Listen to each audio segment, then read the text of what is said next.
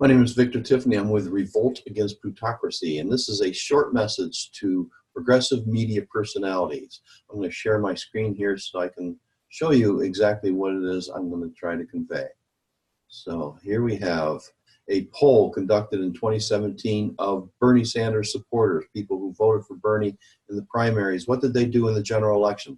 78% supported Hillary Clinton in the general election. 12% voted for Trump, right? And I'm going to show you that's the margin of victory. That's the reason Hillary Clinton lost.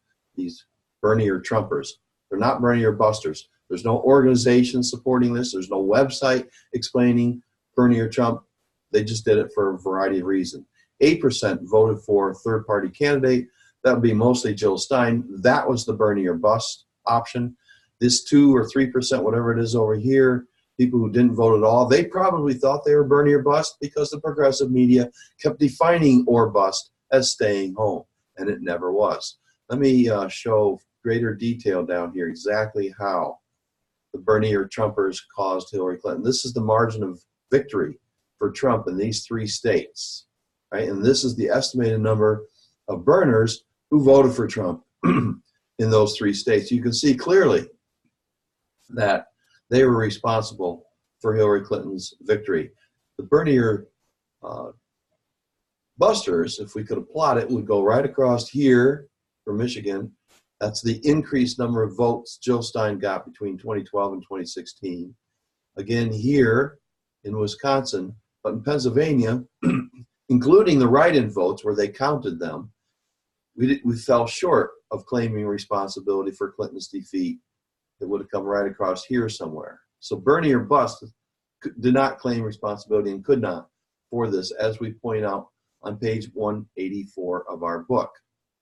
So when we say Bernie or bust is a warning, we're not saying, you know, we warn you, you better vote the way we want you to or else. We're saying, hey, there's a train coming down the track. Get off the tracks. And that train are the Bernie or Trumpers.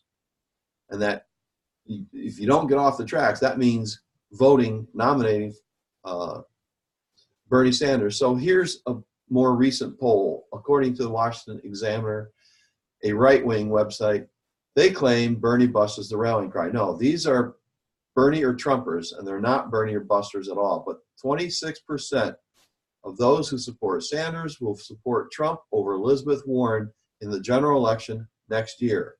That's the warning we're trying to sound here. Now, we went to this Emerson College poll, and we couldn't find any data supporting that 26% claim.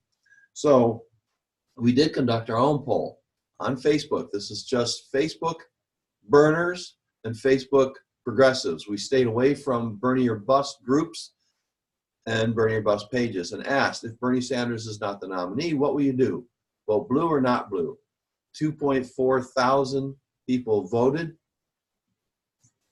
36% will vote blue. 64% will vote not blue.